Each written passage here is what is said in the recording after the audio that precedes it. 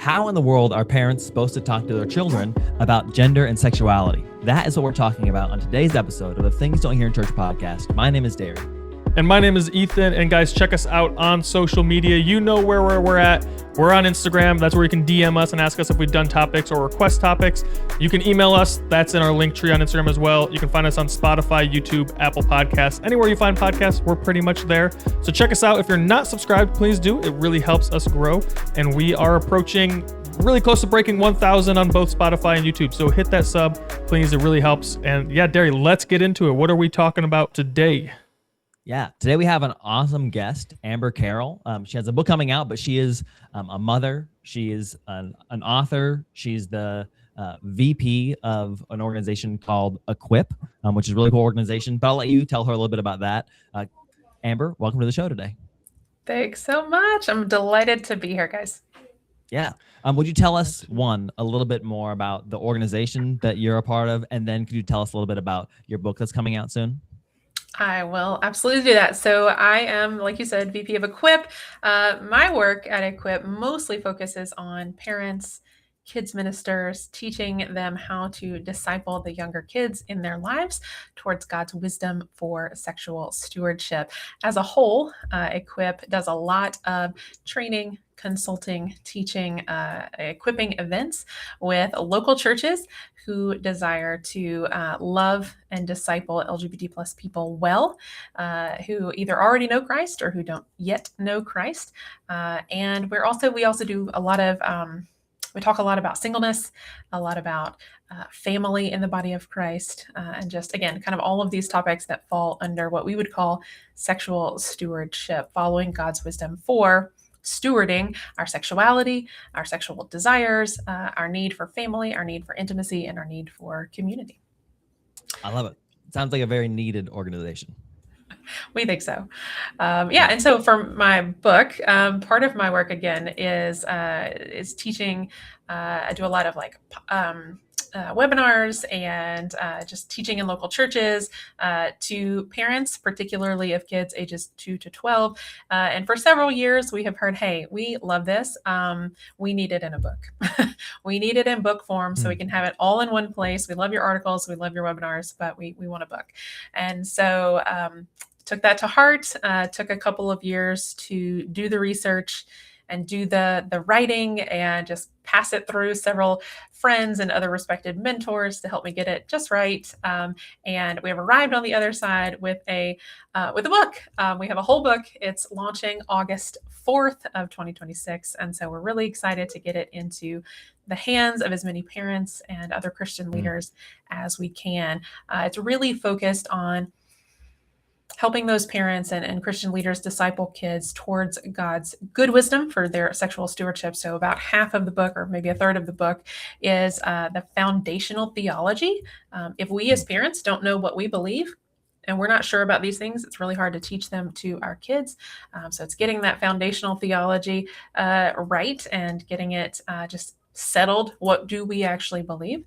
And then kind of part 2 is, how do we actually have these conversations practically with our kids? We know what we believe, but then how do we translate that down into 5-year-old language, 10-year-old language? How do we, what are some, includes lots of conversation scripts, literal scripts written out that you could read or just take as your own, to read and discuss those things with your kids. And then part 3 is, hey, what if my child experiences same-sex attraction? What if my child experiences gender incongruence and I'm a Christian parent? How do I react? What do I say? What can I do? And that's really part 3. I love it. What's the title of the book and where can people buy it? It is called Ready to Talk.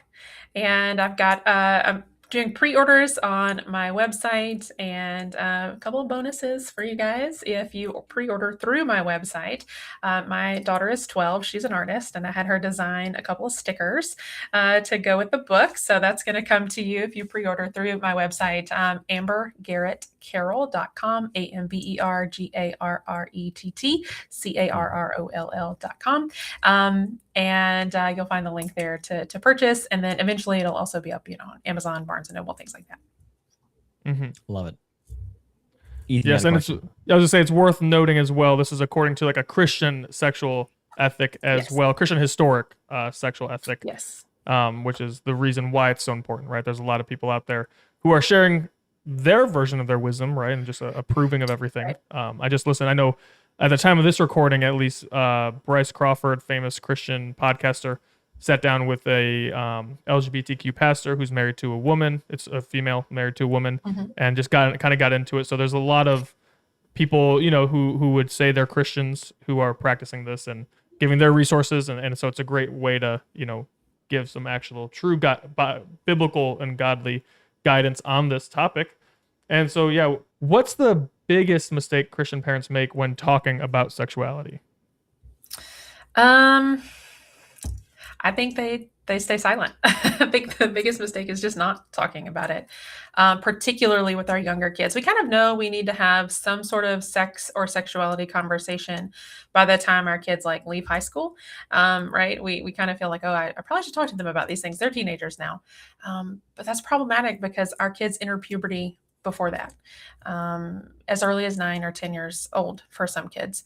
And so really we need to share with them in age appropriate ways, all of the wisdom God has for our sexual stewardship before they hit puberty so that they know what God's wisdom is. And again, we need to be building that solid foundation for them. And it's not just, it's not explicit sex conversations. It's what is family? What is Christian marriage? What does that mean?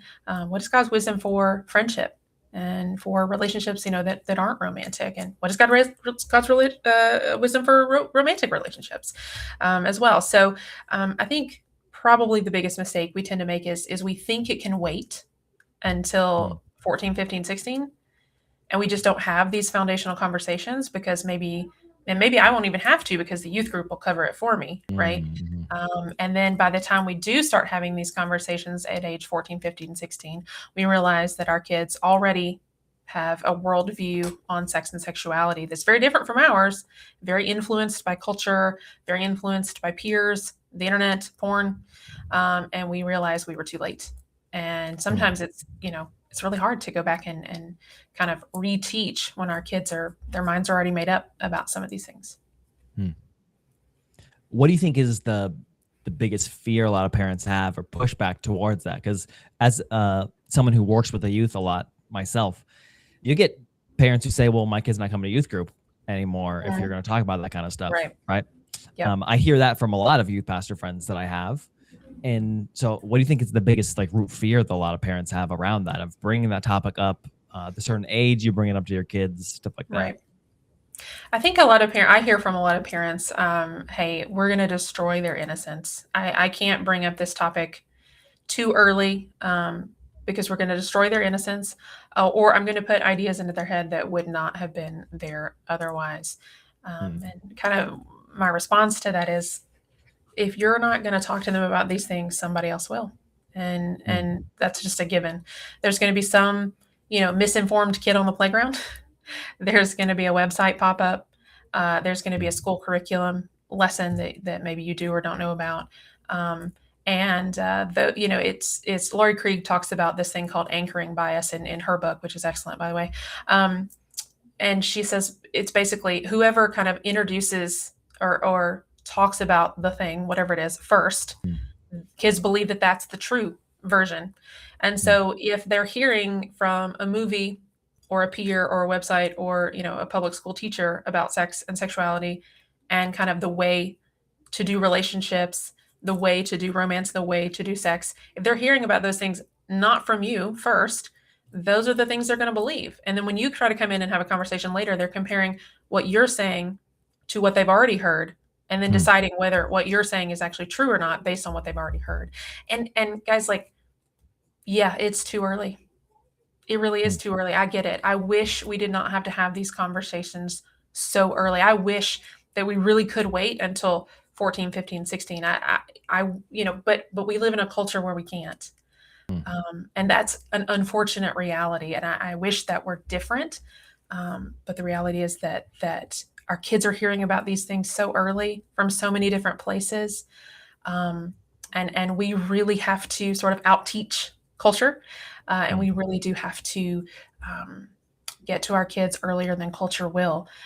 Again, which is why I so strongly recommend have some really foundational, some base. Again, you don't need to be explicit, but have some really strong foundational conversations about God's wisdom and about some of the cultural things that they're seeing by ages 9 and 10, so that you're that first and strongest voice. Okay, so with that being said, you said 9 and 10. Then that was kind of my next question. Is there an ideal age? Is like 5 too early? Is 7 appropriate? Obviously 9 and 10 maybe is like probably, like you said, sounds like the latest because they're going to be hearing that from other sources there. But is in your work, is there like a age that generally is like, yeah, this is the solid age where they can understand and that it's not overwhelming, and what would that be? I think I see it more like building blocks. So you definitely want to have some conversations as early as like ages 3, 4, 5. And so, for example, when I'm thinking about LGBT plus issues, I'm not going to talk about gay sex with my 3, 4, and 5-year-old, right? But I am going to talk about mom and dad are in a Christian marriage. I'm going to use that word very intentionally with my toddlers, with my younger kids, with my preschool age kids. And I am going to talk about God's family, the body of Christ, right? And I am going to talk about friendship, and I'm really going to build up friendship. What does it mean to be a good friend? What does it mean to follow God's wisdom? Just in general, what is God's wisdom and why do we follow it? Where do we find it? And then as they get older, ages 6, 7, 8, I'm going to begin to talk about things that I know that they saw in the new Toy Story movie, right? Or in their favorite TV show. And I'm going to say, hey, I noticed this thing and I bet you noticed it too. Let's have a conversation about it. Hey, these songs that are teaching you that that your value and your worth, or the way to defeat loneliness is to get a boyfriend or a girlfriend. Hey, here's what God says about that. And then I'm going to keep talking about family in the body of Christ. I'm going to keep talking about God's wisdom for marriage and how Christian marriage is different from what some other people might call marriage. And I'm going to begin talking about, your classmate that has 2 moms. If I get a question about that, I'm going to answer that. If I get a question, I think my daughter was 7 when a friend said the word gay, and my daughter said, "What's gay mean?" And then I had to decide, right? How do I want to answer that? How deep do I want to go with that question? But I think we need to answer the question. My answer was, hey, gay means when a girl likes another girl or a boy wants to date another boy. And that was enough for her. And she said, okay. And she ran off to play. And that was the end of that conversation. So it was really easy to kind of introduce that. And I didn't panic because I knew we were going to have more conversations about that later. And then as they get older, 9, 10, 11, I really want to talk about if they don't know yet, here's what gay means. Here's God's wisdom for a sexual expression. For sure, you want to have the whole practical like sex reproduction conversation.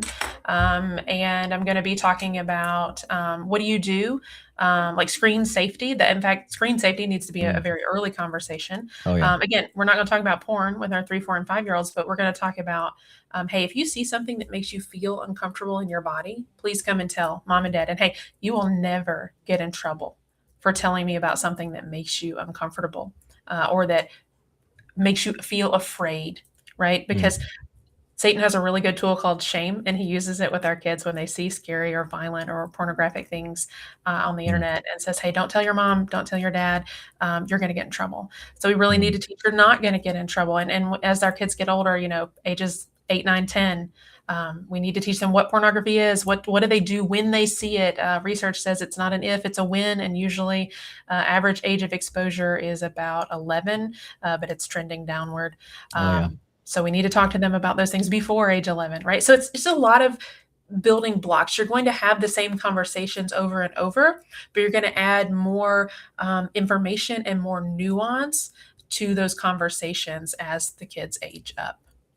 What would you say would be the age that you should have that more explicit conversation with kids about gender and sexuality? It's different for every kid, or does it depend on their circumstances, what they're exposed to?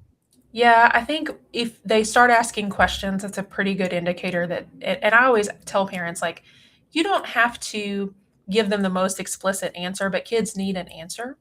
Because if you skirt the question and you don't answer it, or if you say you're not old enough, they're learning mom and dad aren't going to answer my questions. I got to go to Google. Mm. I got to go to my friends Mm. instead. So always answer the question, but make sure you give an age appropriate answer, right? Yeah. And that, for some kids, their maturity level is going to, kind of dictate some of that. For some kids, their friend group, the things that they've already been exposed to on TV or at school. My kids have a gay dad. I couldn't hold on to that conversation like some other parents can, right? I had to have that conversation maybe a little bit earlier. Some parents are going to feel like they can wait until, again, those older teen years. My only pushback against that really would be, one, they're going to have friends who experience same-sex attraction or gender incongruence. Some of them very early. My own son had a trans classmate in kindergarten. And the child came back to school in first grade with using a different name and different pronouns. And so, I was kind of forced to have that conversation then. So I would say, be prepared, even if you wouldn't intentionally bring it up, be prepared. But definitely want to start bringing it up by ages, I would say 8 and 9, because again, as some kids go through puberty, they're going to discover same-sex attractions that they experience, and they need to know that God loves them. They need to know that their parents love them no matter what. And they need to know that God has good wisdom for them too. And if we don't talk about those things proactively before puberty, before some of those attractions start showing up, then our kids won't know what to do with those attractions. And most likely research says they'll hide for years and won't tell us. Again, that shame. And so I think it needs to happen. Again, I wish that weren't the case. I wish we didn't have to have those conversations that early, but I do think they're necessary. Going back to a previous question, to play devil's advocate a little bit, because I know a lot of parents that are like this. With the exposure question, I think a lot of parents will be sort of fearful, especially with the rise of popularity again of a lot of people homeschooling. A lot of people are saying like curriculum in schools. They're like, well, I want to teach my kid. I don't want to have like this or that kind of thing forced upon them. And so a lot of parents, I feel like, will side on the side of like, well, I'm going to control what they see, what they hear, who they hang out with. And I feel like I can do a good enough job to isolate them from those things. So I don't have to talk to them about this issue until later on, because I'm curating so much of what they see, what they hear, who they talk to. Do you think that that is kind of like wishful thinking kind of a mindset? Or what would you say to those people? In part, yeah, it's wishful thinking. I also guard what my kids see and hear, right? My family situation is a little bit different, but I think it's a good thing when parents want to be selective about what their kids are exposed to. The only problem is our kids are not under our complete control all the time. So for instance, if you attend church and you go to the adult class and your kids go to kids class, you don't know what your kid is going to overhear or hear. If your child is, you've got all the blocks on all the screens, and then your kid goes to grandma's house and she doesn't have the blocks on her screens, and they're playing a game and an ad pops up and it's some kind of, pornographic ad. Like, it's just, unless you truly, truly, truly give your kids no access to anything or any other person and don't ever go anywhere, they're going to go to the mall and see the Victoria's Secret store, there's just so much that our kids, even with very, parents being very careful, which I say, yes, go for it. We do want to protect our kids, but it's just almost impossible to protect our kids from every little thing. And again, even if we were somehow able to do that, the statistic is about 8% of people truly experience robust same-sex attractions or robust gender incongruence. And if that's the case, that's about 1 in 10, 1 in 20. Some of those are going to be our kids. Some of our kids are going to experience those things. And that's not because of anything they saw or, or were exposed to. It's not something that's catching. And so, even if they're not seeing sexuality stuff, LGBT plus stuff out there, it could happen in here, just because we live in a broken world, and some of those, the ways, some of the things we experience are broken. And so yeah, I again, please be careful, parents. Please do, restrict as much as you think you need to. And also, our kids live in a culture that right now is very intent on talking a lot and loudly about sexuality, talking a lot and loudly about LGBT plus issues. And I think, for me, and I hope this is true for a lot of Christian parents, I would rather teach my kids how to think critically about those things with God's wisdom, God's love and care, and to be gospel minded about those things rather than be afraid of them, or to try to hide from them. At least that would be my perspective on are our kids gonna, to try to shelter my kid. In the end, I don't think it usually doesn't work. Maybe for a little while, but it's not going to work forever. I had, just to speak to that contrast a little bit, I was homeschooled, and I didn't have a phone till I was 14.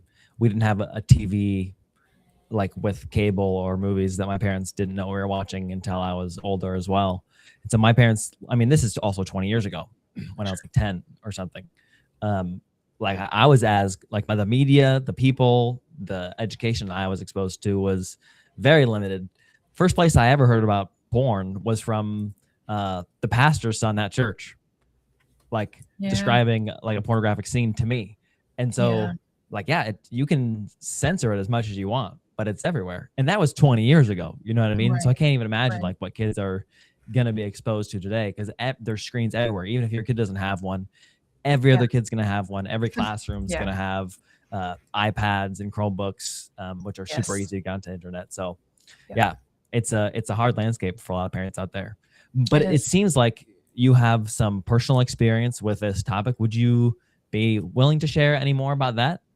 Yeah, I can give you kind of a brief story in a nutshell. And I do share more in my book about just my own personal story and connection to these topics. But just briefly, grew up in church. My dad is a pastor. My granddad was a pastor. Lots of preachers, deacons, missionaries in my family. And I loved it. I loved growing up in church. I grew up Southern Baptist, and our family vacations were spent at the annual meeting each year. So that is how churchy I am.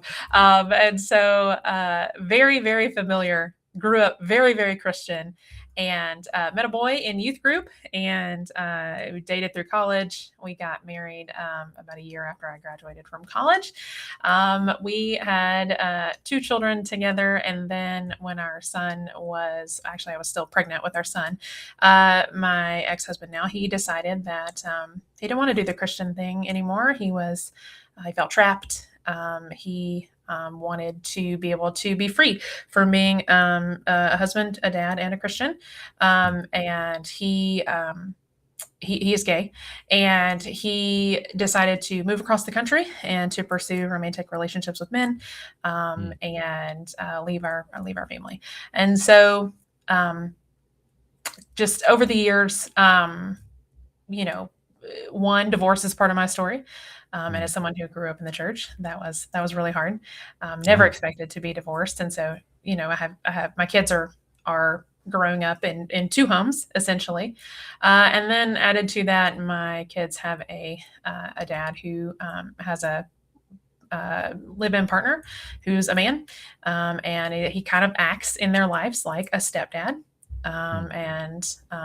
It's walking the line of, this is your dad, and I want them to have a relationship with their dad. I want them to love their dad. I want their dad to have, time with them, to be a dad with him. He is responsible for these children, right? And also, he is not following God's wisdom. And that's heartbreaking for me, for him. But it also means he's showing our kids a wisdom that is contrary to God's wisdom, and is very self-serving, and is, ultimately not going to be satisfying or fulfilling. And so I have to teach a little bit earlier and a little bit more often maybe than some other Christian parents about what is God's wisdom. Why do I act and think and believe differently than their dad? So it's puts me in a unique position, because I sort of understand that side, but I also am a Christian parent who's actively trying to teach my kids God's wisdom for sexual stewardship.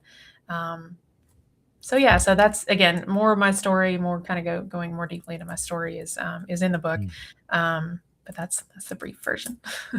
Thanks for sharing that. That sounds like a Yeah. really difficult situation. So it sounds like you're speaking from like an authoritative place where you have experience. Yeah. Yeah, but I'm For so about sorry, a honestly, decade that now. all that has happened. Yeah, Thank you. Yeah, I yeah. don't wish that on anyone. Me neither. I feel like there's going to be a lot of contentious conversations that you're going to have with your kids, or maybe you already have had with them over that topic.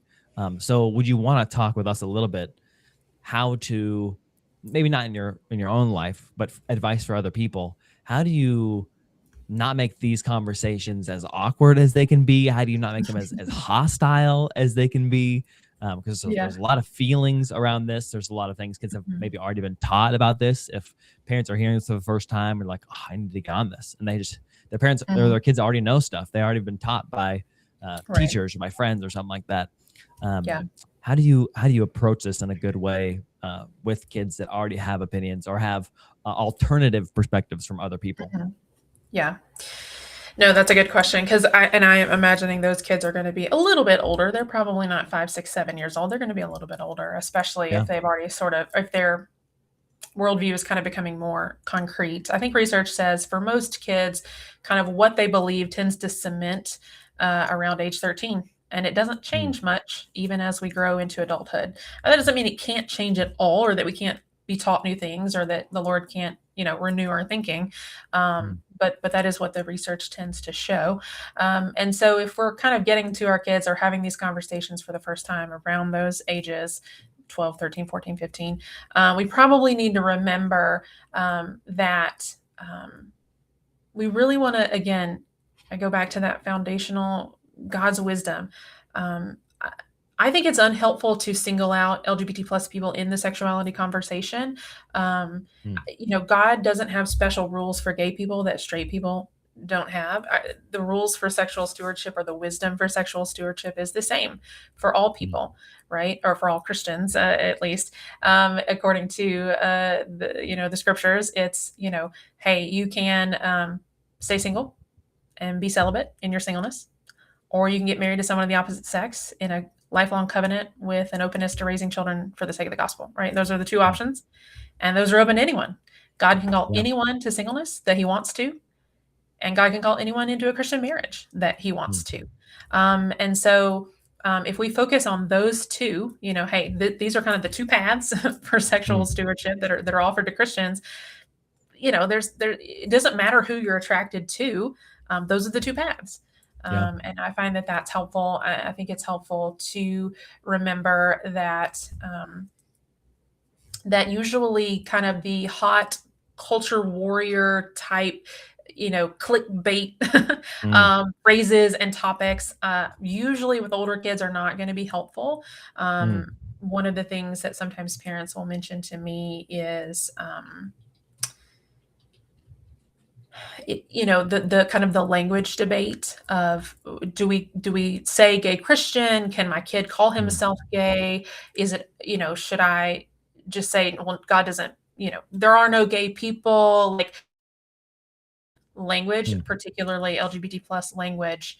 And typically my advice is, hey, if you make language the hill that you die on, you're probably not going to gain much traction with your kids, your older kids particularly, because LGBT plus language, gay, queer, pansexual, these are the words that they are hearing everywhere else. Sure. And if we divorce those words from God's care, wisdom, and love and compassion, particularly divorce them from God's wisdom, then our kids will either label as old and misinformed and confused at best, or hateful and bigoted at worst. Because again, they have friends who are so this is not some out here ethereal kind of topic for them. When we talk about LGBT plus people, they're seeing a friend in their mind.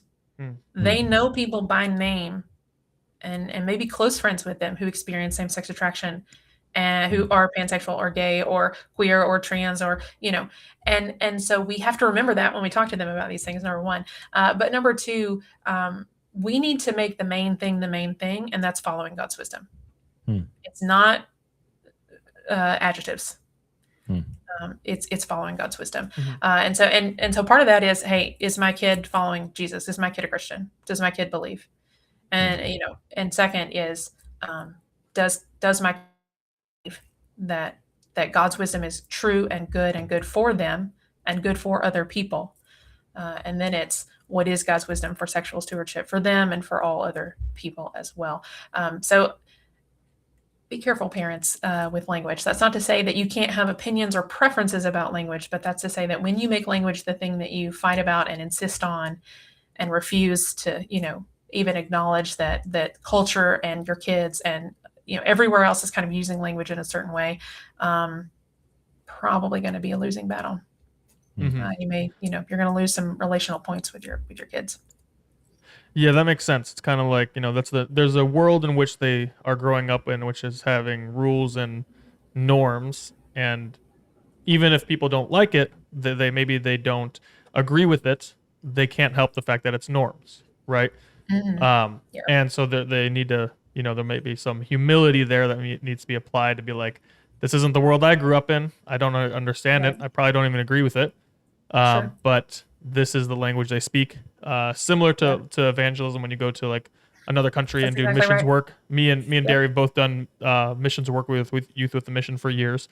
And when you go overseas, right, you're preaching the gospel. You want to speak the language they speak.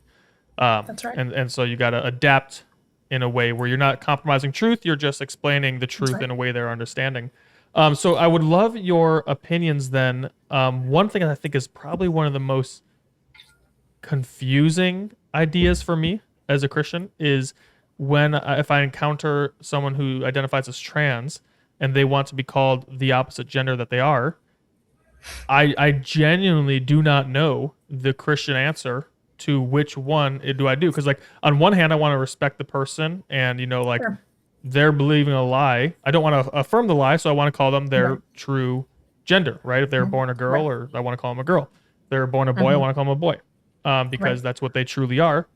On the other hand, I don't want to offend them. I don't want to like make a mountain out of a molehill, if that's the case. And I want to make sure I have access to speak in their lives for the truth of the gospel, and offending them in a way that to them might seem really important. Maybe other people think it's trivial. It's like, is it worth it? And so I guess what's your perspective on Christians and using preferred pronouns when talking to people? For this one, and I do talk about this kind of at length in my book as well, I don't have a blanket answer, and I know that that's not what we all want to hear. We want a yes or no answer. I think it really depends on the circumstance and your relationship with the person. So, for instance, is this an adult who has gone by different pronouns for years, and they're not a Christian, and you just met them? In that case, I would say you probably should practice pronoun hospitality, which is call them the pronouns that they've asked to be called, so that you can begin to build that kind of, I think Laurie Creed calls it relational equity, where you may get to a point to speak the gospel into their lives at some point. And that's kind of the hope there. It's also just the polite thing to do. Again, particularly when you don't know the person, and it's just kind of like maybe a networking event and you just met them and you're probably not, I think it's the right thing to do is pronoun hospitality. On the other hand, if let's say you're a youth group, right? You've got a youth who's coming and you've been discipling them. They're a baby Christian and they're like, hey, like I experienced gender incongruence. I really want to go by a different pronoun. What's your advice? Do you have wisdom to offer me? That's a whole different conversation, right? You're probably going to, hey, this is God's wisdom for our biological sex and how we steward our bodies, and lead them kind of toward God's wisdom. You don't need to change your pronouns to be loved by God and to submit to God's kind of design for biological sex. On the other hand, let's say here's an example from my own life that I was talking earlier about my son, and when he was in kindergarten, there was a student who attended to begin the year as he is a boy, but began the year with like a boy name, boy pronoun, male pronouns. And then in first grade came back with they, them pronouns and was going by a different name. And then I think by the time he entered fourth grade, he was kind of using they, she pronouns, still with that kind of gender neutral name. Now, we've gone to school with this kid, but I don't know this kid, right? And this kid is in fourth grade. His parents are discipling him in the way that they see best. They're not Christians. We got invited to this child's birthday party, and we went. I followed the parents in using they, them pronouns and calling this child this alternate name that he wasn't born with. Why would I do that? One, because these people are virtual strangers. Two, because this is the direction that they have chosen to parent their child, and I'm trying to respect that. Three, because if I came into this birthday party being a stranger and I said, well, I'm not going to call your kid by they, them pronouns. He was born a male. I'm going to call him he. What was his birth name? I'm going to call him his birth name. Would I ever have any hope of sharing the gospel with that family? Would they ever listen to me about God's good wisdom for them, just in salvation in general, and then particularly for biological sex and gender? No, right? And so I think to build relationship, to get to a point where that family would ever be willing to listen to me about just God's love and care for people, and then to even get to a conversation about gender, biological sex, and pronouns, I have to show up with Christ-like love and compassion first. And so I chose to use the pronouns that the child uses. So I think it really, really, really depends on the circumstance that you're presented with. And I think this is one of those cases where I really encourage, or this is a case where I really encourage people to pray a lot. You cannot make these kind of decisions without a lot of prayer. And I think the Lord is faithful, and he will guide us when we ask for wisdom in these kind of nuanced situations. Again, is this person attending your church? And I personally think there's a difference between they, them pronouns and opposite pronouns. I'm pretty comfortable with kind of neutral they, them pronouns. I also, again, is the person a child and the parents are making this choice for their child, and I'm trying to respect the parents' wishes and their parenting? Is this an adult? Is this a teenager? Am I discipling them? How well do I know them? Is this someone who knows Christ? Is this someone who doesn't know Christ? How long have they been a Christian? Are they asking for my wisdom? And lots that go into deciding whether or not to honor kind of that request. I think it has to be covered in a lot of prayer. And unfortunately, I wish there was like a blanket answer that would honor God's, kind of wisdom for relationship there, but I just think there's not. Yeah. And so to kind of like gently push back on that, just because I had some thoughts where you're speaking, Sure. I'm wondering if there could be some problems with doing. One thought towards the end was, and I'll bring like maybe like 2 or 3 different thoughts, and then I'd love to hear your response there.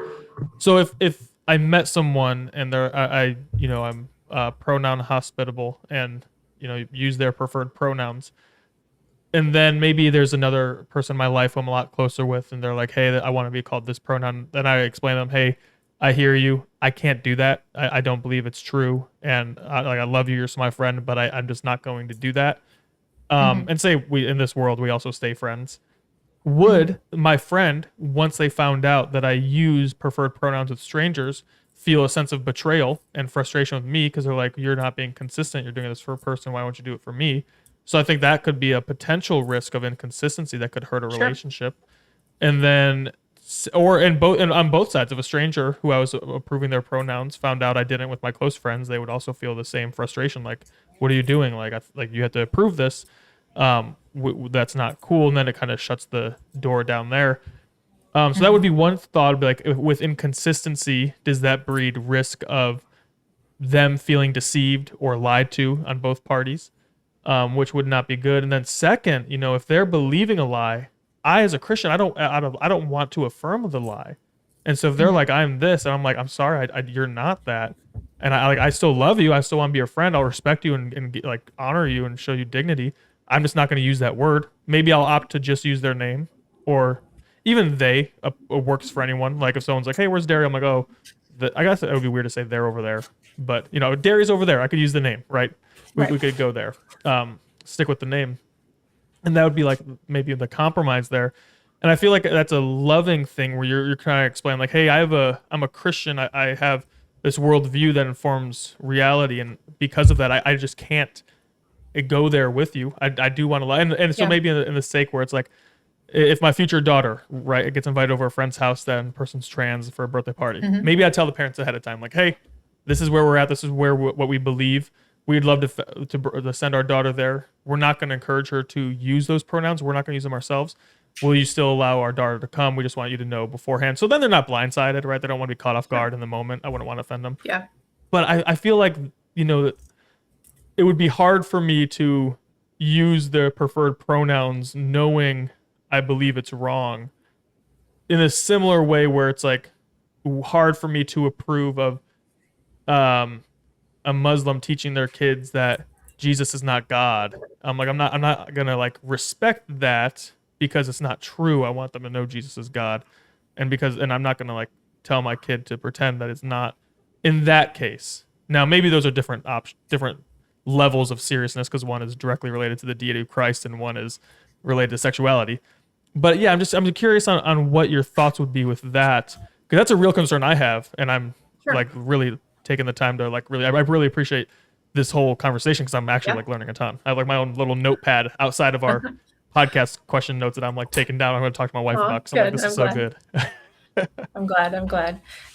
Yeah, and of course, my words are not gospel, right? So again, this is why I encourage prayer. The Lord, I think, will be faithful to guide us. I do want to offer good wisdom, and I hope it is godly wisdom, and helpful wisdom. But all even the examples I give are not going to be able to be applied in all circumstances, right? I think to speak to the inconsistency, which I think was your very first one, like if I'm doing one thing for one person and do another for another person. Um, it's a risk, sure. I think if we explain why we're doing certain things, it's helpful, right? Particularly, like you gave the example of if I am using coworkers or or strangers pronouns, but I'm unwilling to do that with my close friend.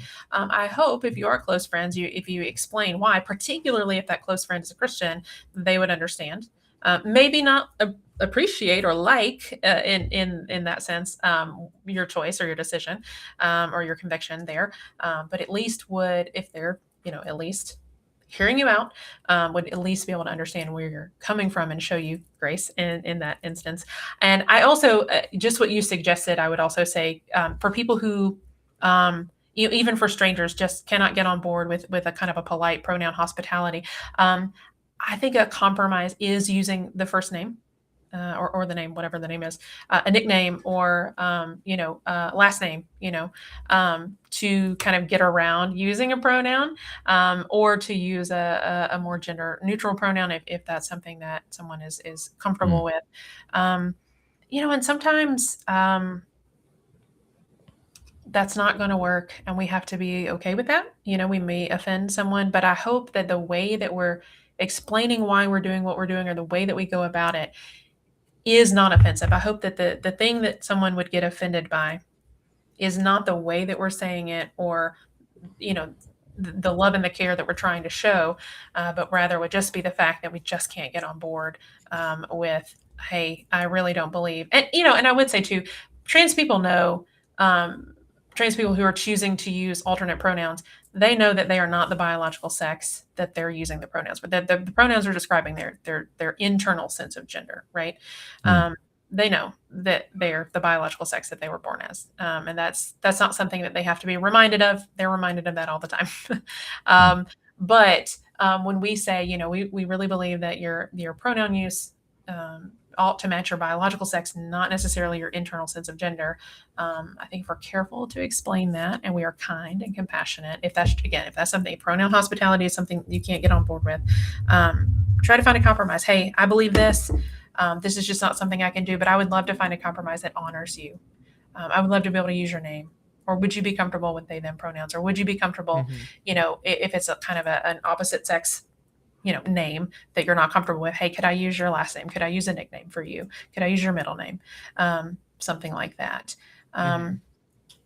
With the example you gave with the child, hey, we're going to send our child to a birthday party and we're going to tell the parents, hey, we're not going to use the pronouns and name for your pronouns for your child. And here's why.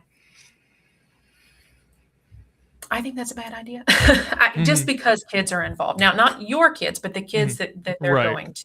I don't think that would ever turn out well. So if that is the stance of the parent, we're going to tell our kid not to use the pronouns of the child that they're going to the birthday party. I would say don't send your kid to the birthday party. I feel like it would cause more harm to the child because this kid is a kid.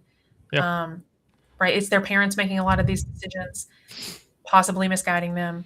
And it's not that kid's fault. And it could actually make things worse. Yeah. Particularly if the child's pretty young. But I would say if you are going to honor pronouns, or you are going to say, hey, just use the kid's name, here's a way you could do that. You could say, hey, your friend Jade, or your friend Jake, who came to school and said his new name is Jade. In our family, we believe that we are the biological sex that God created us as. And we, but some people feel this mismatch, this internal sense that just doesn't align with their biological sex. They feel, they're a boy, they have a penis and testicles, but they really, on the inside, they feel like a girl. And so, to make themselves feel more comfortable in their body, they have chosen to use a new name, Jade, and they would like for us to use different pronouns, she and her. And so what I would do, again, if this was a stranger, a child that I didn't know, a child whose parents weren't Christians, I would say, and Jade has asked us to use this new name and pronouns because she's really hurting. And we know God never intended this. And we know this is probably not the best way for her to try to feel better on the inside, but she's asked us to use these pronouns. And so as an act of hospitality, we can do that for her. That's probably what I would say. And I would also, again, that's a wonderful teaching moment for your child. Hey, just because we're practicing this hospitality doesn't mean that that's what we believe in our family. We do this a lot in other areas. I think you mentioned other religions to practice hospitality there. It doesn't mean we believe the same thing that they believe, but it means that we're courteous and kind and respectful where we can be. And we've got to teach our kids those foundations again, so that they know, like, what is it that we believe about biological sex and about gender, and can those change? And can a boy become a girl? And why not? And, and it's a great opportunity to have those conversations. I think I just would never want to put on a kid kind of the responsibility of gender apologetics. I feel like that's more of an adult or a parent's job. Say those things to your kid, but don't make your kid kind of go to school and be like, well, I'm not going to call you this kid friend. It's pure at school. So yeah, I think we have to do a lot of helping our kids understand that this is coming from a place. This other kid who's asking for alternate pronouns, who's asking for an alternate name, is really hurting on the inside, and they don't know what to do with that hurt, with that mismatch that they feel. And one of the ways that other people have told them to deal with that, to feel better, to kind of realign some of what they, or that mismatch that they're feeling outside and inside, is to use new pronouns, to use a new name. And we feel compassion for them, and we want to pray for them, pray that they come to know Jesus, and pray that Jesus would comfort them in that gender incongruence. Yeah. I think that's I would respond. Yeah, no, that's really helpful. I think that, where the best response would be like just saying, hey, you're not going to go to that birthday party, and telling the parents like, hey, we're not going to make it. And, that's okay. If they ask why, I mean, we could have plans and say we're going to be out of town, and actually, so we're not lying. Actually going out of town. Or we could just say, hey, this is just where we're at. We're not comfortable with this. But and we don't want to cause a scene. So we want to be respectful. I still think I'm gonna have to take some time to figure out what I truly believe about affirming gender, because I don't know, and I'm not there yet with that. But I know we have a lot more questions that we can get into, and we could spend 3 hours talking about this one. And so I definitely want to cover some more ground than just circling the wagons or circling the. I think it's called circling the wagons is the term. So, Derry, what more did we want to jump in here? And I know you've had some questions that you've been brewing. Yeah. One question I had before we started talking about the pronoun issue, you were talking about how to talk to, or I asked a question about how to talk to kids that they have already like had some kind of formulation of their belief on gender. And we were talking about language and how to speak to them. I think a lot of parents can find themselves in that situation where their kids already have an idea of what they believe or what they've been taught, and you can talk to them, and like you said, it could even, they can view you as like outdated and bigoted or hateful. So it's like one end of the spectrum.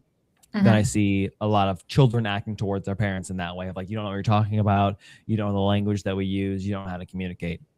One end of the spectrum. The other end, I feel like, is more of a like fear and disgust side of it, where parents have almost in a anger kind of or fear-based way, like indoctrinated their kids to hate the other side. And because of fear and because of not understanding, there's hatred. And so there's kind of these two spectrums of where like kids are so sheltered and they've just heard one perspective, so they're kind of hateful, and the other perspective where they think their parents are just idiots because they don't understand, because they're just totally on the perspective of the teachers or whatever. So do you have anything in your book or any perspective from your own life where, like, as parents, as leaders, how we can teach kids to not be on these like this polarized spectrum, but like communicate them in a good way where they're not afraid of questions, they're not afraid of what other people are teaching, but they just know the truth. Right. Does that make sense? Yeah. Yeah. I do talk in the book kind of how to avoid kind of both a permissive, we just take everything culture offers and try to sprinkle a little Jesus on it and hope that's okay, versus a like a more culture warrior type posture where it's like any suggestion of anything that kind of hints at LGBT or whatever. I've got to loudly, kind of that hatred you were sort of talking about. And if we do take on that posture, it can definitely be picked up by our kids. And I think our attitude, whether we realize it or not, our attitude toward LGBT plus people, pride events, rainbow flags, things like that, even just small comments, definitely our kids will pick up on. And for some, it'll be mom and dad hate gay people and I don't want to be like that. And for some, it'll be mom and dad hate gay people, I should hate them too. Right. So it just kind of depends on kind of which way the kid picks up on it. But if that's not the case, if you're kind of noticing that your child has from somewhere picked up this kind of sort of extreme reaction to LGBT plus things, whereas you have not kind of had that reaction, we really need to talk to them, about the love and compassion of Christ, and how that needs to build in their heart, the fruit of the Spirit, and how that needs to build in their hearts and should affect how they live and act if they are Christ followers as well. Hatred has no place in Christians' hearts and lives. And, when we look at the way Jesus interacted with those who sinned sexually, and there are 3 or 4 instances, particular instances in Scripture. I'm thinking of like the woman at the well, the woman caught in adultery, right? He does not point a finger in hatred or shame. He doesn't just let it go, right? But he is very compassionate toward them. And that's the first kind of response that he shows us, is that kind of radical compassion. And then it's, hey, and by the way, this was sin and you need to not sin anymore, right? He tells the woman, go and sin no more. He points out the sin of the woman at the well. But he does it after compassion. I think that's a good model. If we're going to follow a model, Jesus is a really good one to follow, right? We want to be Christ-like in our interaction. And so kind of any kind of mocking or hatred or joking or even to some extent fear, which may be causing some of that, is not rooted in Christ, and we need to be very careful to kind of disciple our kids out of that. That doesn't mean we are permissive about sin. That doesn't mean that we excuse sin or call sin not sin. But it means we lead with the compassion of Jesus when we're interacting with these topics, and particularly, especially when we're interacting with people, because they too are image bearers, and our kids may need to be reminded of that as well. I love that answer. Awesome. This may be outside of the scope of what we should talk about today, but I thought I'd ask it just in case. Ethan is going to be a father. I'm a church worker. When it comes to those two worlds, right? It can be two different responsibilities, but how do you think those two should interact? Right? Because some churches do it differently. Some parents do it differently. You referenced at the beginning, like some parents think it's the church's responsibility. Some churches are like hands off because it's the parents' responsibility, and we get in trouble every time we talk about it. Right? Yeah. So what kind of relationship do you think those two organizations should have? I think parents are the primary disciplers of their kids, and should be. I think that's in Scripture. But I also think the body of Christ, like, we're not meant to parent in a silo. I need other people around me who are also in some ways parenting my children, right? I need and that includes the people who are teaching my children at youth group, and that includes close friends of mine and those kind. They need more than one, or in hopefully in most Christians' homes, two disciplers who are teaching them God's wisdom. Again, primary, I think, rests with the parent. But we need all hands on deck for our kids, and our kids need to see and hear other people saying the same things as mom and dad. Our kids need to see and hear other people modeling and living out Christian marriage, Christian singleness, interactions with LGBT plus topics, and interactions with LGBT plus people.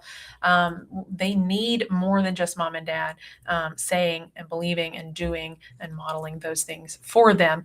So I really hope that churches will come alongside parents in giving them resources, offering them training opportunities, answering their questions, kind of equipsies a lot of churches who want to not engage the topic at all, because like you said, they're going to have someone get angry or someone leave or someone kind of stop donating, right?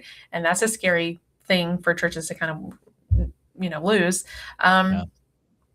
But also, I don't think it's helpful to kind of sit the fence and remain silent for a long time. So I'm a millennial, I have tween children, and nobody taught me how to talk to my kids about LGBT plus topics, or even a lot of the sexuality topic. It was more just don't have sex until you get married and get married. It's kind of the wisdom that we were offered, right? Purity culture, that kind of thing. And we needed more than my parents needed more than that. But my pastors and Christian leaders didn't teach me how to have these conversations with my kids. And it's because their pastors and parents didn't teach them, their seminaries didn't teach them. And so it's this is why I wrote the book, right? Because nobody is teaching our parents how to have these conversations. So I'm hoping that it's both. I'm hoping that kids ministers and youth workers and volunteers in the Sunday school kids department will also read this book, not to become the primary discipler of the kids in their Sunday school class, but to come alongside parents. And when they hear their kid say something in Sunday school, they can say, hey, your kid mentioned this. Hey, there's this cool resource. It doesn't have to be mine, but I'd love for it to be mine. There's this cool resource that I would love for the church to be able to give this to you. Or, hey, we know this woman who does trainings like this. We're going to invite her in to do a training, a 5-week book study or whatever it is, so that parents can have that again. When I went looking, my kids, I realized that when my kids were 2 and 4, oh man, I've got to have these conversations with them, and probably pretty soon. So I went looking for resources. I found very few that mentioned singleness, and I found in a positive way, other than just if you're single, don't have sex, and you'll get married one day. And I'm talking about Christian resources here. And the other, when I looked through the resources, there really was very little on LGBT plus people, or kind of ethics. And at most, it was God loves gay people, but doesn't really want them to be gay. That was kind of it. And so I realized that I needed to do the deep work, and I started writing it down, and that became blog posts, and again, eventually that became the book. Because there's no, at least when my kids were 10 years younger, just not a lot out there for these topics, and particularly not a lot of practical resources for how to talk to younger kids about these topics. And so I hope that churches will hear parents asking for these resources, and will begin to provide parents with some in-person or book resources or webinar resources, just to help them get started with these conversations, and help shore up parents' own theology and their own ethics around sexuality and around gender, so parents are prepared and have the tools that they need to disciple their kids well into God's wisdom. Mm-hmm. Yeah, I mean, it's definitely a needed topic, right? And maybe that's the way the Christian world goes, right? Resources come about when a problem arises, right? Yep. No one had a conversation on the Trinity until people started saying Jesus was a lesser God. And then they're like, we got to call a council and figure this out. Yeah. Right? So I think that's a thing that seems to be a pattern in Christianity, right? We deal with problems as they come up. And in the American context, at least, this is a pretty recent problem, right? I think the 60s, 70s was when it really hit. There was a lot of bad ways to deal with it back then. And we've come a long way. Your work at Equip and the book that you are releasing in August is one of those steps in the right direction on how to engage with that. And so, we've been going for a little bit over an hour here. And so as we wrap up the show, what would be the last thing you would want to stay or want to leave with us leaders and parents to figure out how to help our kids and students with this topic? What's your goosebumps walk away, as New Girl would say? Oh man, I don't know if I have a goosebumps walk away. One, teach your kids the gospel. Everything flows from the gospel. Our kids have to know the gospel, and they have to be deeply rooted in the gospel, which means our lives as parents have to be deeply rooted in the gospel as well. And second, I would say God is generous with his wisdom. He will give wisdom when we ask. And so if we truly don't know it, and I don't know all the answers, I'm still in this parenting thing too. God is good and generous with wisdom, through other people in his body, through, his word for sure, through, just prayer. And so ask God for wisdom. He is generous to give it. And remember that that God is sovereign, that we like to think that we're in control as parents of our kids, and ultimately, and we should parent to the best of our ability, right? That doesn't mean we get a pass. But God is ultimately sovereign, and he loves our kids, and he wants what's good for them. And so as we're parenting, we can rest in God's goodness and his sovereignty, and that, that he will give us wisdom when we ask, and that as we are faithful, he is also faithful. So I really encourage parents, when we get, anxiety, when we get kind of up in our feels and anxiousness about these topics, we need to go back to God is sovereign, God is good, God has good wisdom to offer us and our kids, and to focus on the gospel, and everything flows from that. It's what I hope parents will remember. It's not about, I give a lot of scripts, but you can't memorize all the scripts. And ultimately the only way we can truly prepare for every conversation is to be deeply rooted in the words of scripture, and to be fully reliant on Jesus. And so that's what I want. That's what I want for parents. And I hope my book helps to do that. But ultimately that's what I want for parents. Amazing. I love that. Yeah. And with that, thank you so much for coming on. That's a great last word, right? It's always good to be rooted in the gospel. Probably no better advice that we could receive there. And so, do you want to plug your book and your ministry one more time? Your organization? Would love it's to. a ministry. Yeah. Why don't you plug everything? And so Will people do. can get more from this. Absolutely. And thank y'all so much for having me. This has been a pleasure just to discuss these things with y'all. Y'all have had some great questions. So my book is called Ready to Talk, A Christian Parent's Guide to Gender and Sexuality. It's on my website, ambercarroll.com. You can find a whole bunch of stuff there, including some free downloads and things like that. And then Equip is equipyourcommunity.org. There's a whole lot. We do a webinar once a month. We've got a lot of free resources on our articles page, our blog. And guys, email me anytime, any of you listening to this podcast, amber@equipyourcommunity.org. I'd love to answer any questions that you have. Try to find resources for your particular situation. Like you said, this is a ministry, and I want to be available to parents and kids ministers and youth workers. And, as you need things, please reach out. I'm not too busy to help you. So please feel free to reach out at any time. I'm also on social media. You can follow me, Amber Garrett Carroll, on both Instagram and Facebook. Wonderful. Love it. Thank you so much. Wonderful. And we will see you guys next week. See ya. Cheers.